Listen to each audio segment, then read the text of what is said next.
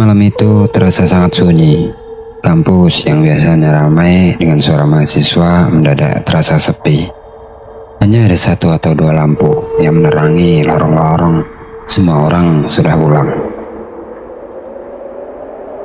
Tinggal aku dan beberapa teman yang sibuk menyelesaikan tugas yang hampir deadline. Sebenarnya kami semua tahu cerita tentang kampus ini, terutama bangunan gedung B yang konon angker. Tapi ya, siapa yang benar-benar percaya kan? Sampai akhirnya kami memutuskan untuk lembur di gedung itu. Awalnya tidak ada yang aneh, tapi entah kenapa perasaan tidak nyaman mulai merayap masuk. Seolah-olah ada sesuatu yang memperhatikan kami dari balik kegelapan ini. Sekitar pukul 1 malam, salah satu temanku, Dani, tiba-tiba merasa perlu ke toilet. Gue ke kamar mandi dulu ya. Katanya sambil berdiri. Kami yang lain hanya mengangguk. Tapi beberapa menit setelah Dani pergi, tiba-tiba kami mendengar suara samar. Suara seperti tangisan. Awalnya kami berpikir itu hanya ilusi. Mungkin karena kami kecapean mengerjakan tugas. Tapi suara itu makin lama semakin jelas. Diri, namun terasa menyayat. Seolah berasal dari arah toilet tempat Dani pergi. Kalian denger gak? Tanya Vina yang duduk di sebelahku. Kami semua saling pandang. Wajah kami mulai menunjukkan rasa takut yang perlahan-lahan merayap. Tapi Dani belum kembali, dan kami tidak berani menyusulnya. Akhirnya setelah menunggu cukup lama, aku dan Rina memutuskan untuk menyusul Dani ke toilet. Dengan langkah perlahan, kami melewati lorong gelap yang beraroma lembab dan pengap. Semakin dekat kami menuju toilet, semakin jelas suara tangisan itu. Bulu kuduku merinding. Apa itu Dani? Rina berbisik kepadaku. Aku hanya menggeleng, tak tahu harus menjawab apa.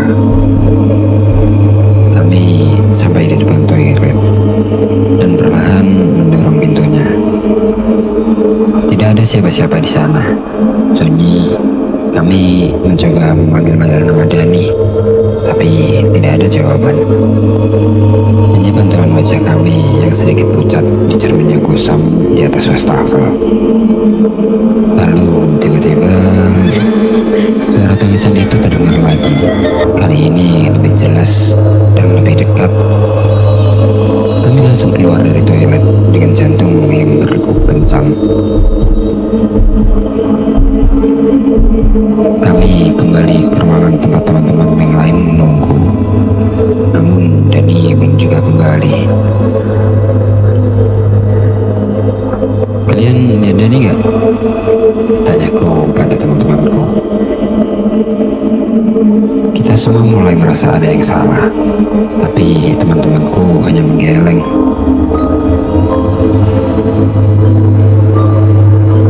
Wajah mereka mulai cemas. Lalu salah satu dari mereka, Anton, tiba-tiba mengatakan, "Gue dengar cerita, katanya dulu pernah ada mahasiswa yang bunuh diri di toilet lantai ini karena gak tahan sama tugas yang menumpuk." Kami terdiam, mencoba mencerna apa yang baru saja kami dengar. Tapi itu cuma cerita kan? Aku mencoba menenangkan diri, walau suara di kepalaku terus saja berteriak bahwa semua ini tidak normal. Tiba-tiba pintu ruangan kami terbuka sendiri, tanpa ada angin, tanpa ada yang menutupnya. Semuanya terdiam dan membeku melihat pintu itu. Bahkan terdengar napas kami yang mulai tidak beraturan. Lalu dari arah lorong, kami melihat bayangan seseorang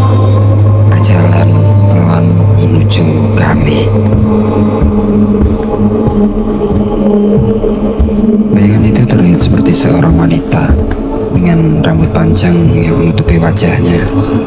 Dia berjalan lambat dengan langkah yang menyeret, seolah ada beban berat yang tak terlihat. Kami hanya bisa terpaku, sampai akhirnya bayangan itu menghilang di tikungan lorong. Itu siapa? Bisik Rina dengan suara bergetar. Sebelum kami sempat menyusun pikiran, suara tangisan itu kembali terdengar. Kali ini lebih keras, lebih jelas, dan terasa lebih dekat. Aku dan teman-temanku mulai panik. Gue gak mau di sini lagi, kita keluar aja. Teriak Anton ke kami semua. Kami berlari keluar ruangan, melewati lorong-lorong yang seakan berubah jadi labirin. Suara tangisan itu terus mengikuti kami, membuat bulu kuduk kami semakin merinding. Kami sampai di depan pintu keluar gedung, tapi pintu itu terkunci. Gimana ini? Vina mulai menangis, sementara aku mencoba meredakan kepanikan semua orang. Tapi semakin kami mencoba tenang, semakin keras suara itu menghantui kami. Dalam kepanikan, aku teringat bahwa ada pintu lain di ujung lorong yang mengarah ke tangga darurat. Kami berlari menuju pintu tersebut dengan suara tangisan yang seakan mengejar setiap langkah kami. Saat kami membuka pintu tangga darurat, angin dingin langsung menyambut kami. Tapi setidaknya kami merasa ada sedikit lega. Kami mulai menuruni tangga, tapi suara tangisan itu tidak hilang-hilang, malah terasa semakin dekat, seolah ia ikut bersama kami. Satu persatu temanku mempercepat langkahnya, hingga akhirnya kami mencapai lantai bawah dan berlari keluar dari gedung.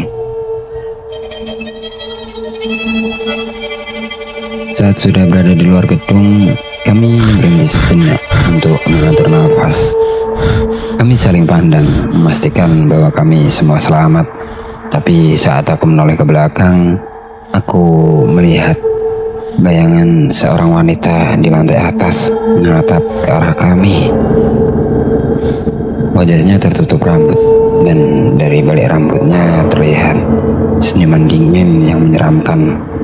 Kami semua terpaku. Itu bukan Dani. Itu bukan siapapun yang kami kenal. Itu adalah seorang yang mungkin sudah lama tinggal di gedung itu. Dan malam ini kami yang tidak sengaja mengganggu ketenangannya.